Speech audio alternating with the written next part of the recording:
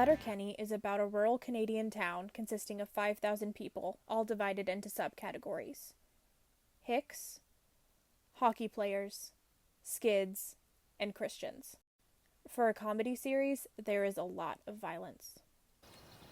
Let's have a scrap. About fucking time I started to think it was never gonna come.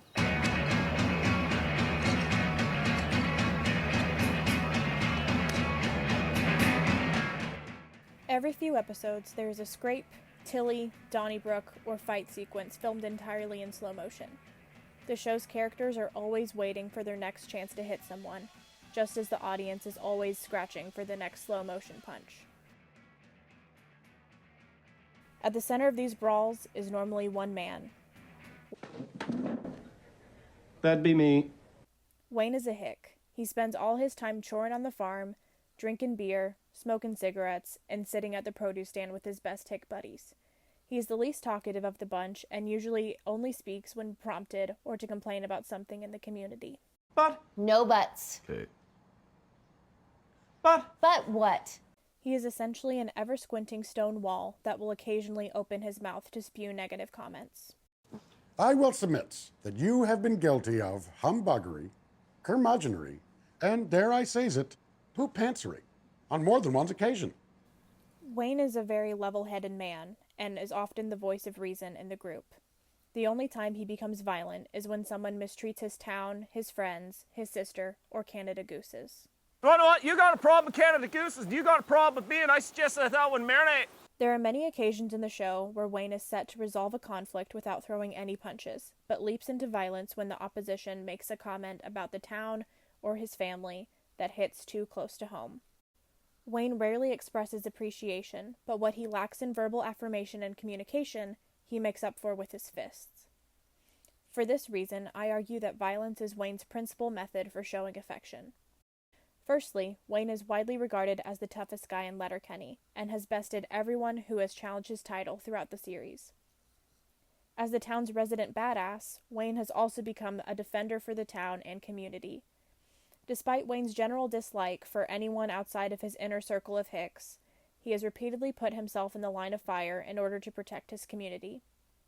For example, when a group of tiki torch-wielding neo-Nazis come to town and begin causing a ruckus with the native population, Wayne and the gang immediately step in, despite having no direct role in the conflict, and dole out a beating that eliminates the opposition and reestablishes order in the community.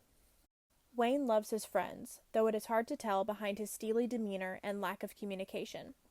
Wayne complains frequently about the other subsections of the town, but never his friends, Daryl and Squirrely Dan. He never verbally shows his appreciation for his buddies, but is always willing to start swinging, even at just the slightest push of Daryl. There are times when Wayne's actions of defending his friends have taken away something important to him, but he ultimately doesn't care what happens to him as long as his buddies know that they aren't facing opposition on their own. Wayne's willingness to sacrifice his own desires and protect his friends is integral to his character. Ultimately, there is no one that Wayne loves more than his sister Katie. While they bicker like all other siblings, Wayne has proven his loyalty to Katie time and time again. One scene in particular epitomizes his readiness to physically defend his sister. In this scene, there is yet another conflict as a rogue subgroup causes waves in the community. Initially, Wayne believes that he has no place in the discourse and washes his hands of it. But then, They called me a skank. Game on! as soon as he hears that Katie has been mistreated, even in this case, just a single word uttered against her, Wayne is primed to fight. Wayne essentially turns himself into a human shield in order to protect those close to him. He never fights for himself, always to defend others.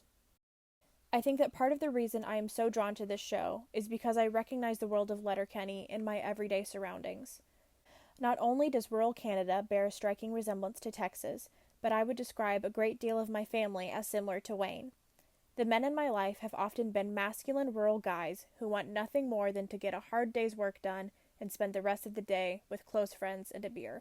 While they are kind, reserved men, they have no qualms beating up someone if one of their friends or family members has been wronged. Letterkenny is a very odd show, but to me, it feels very reminiscent of home.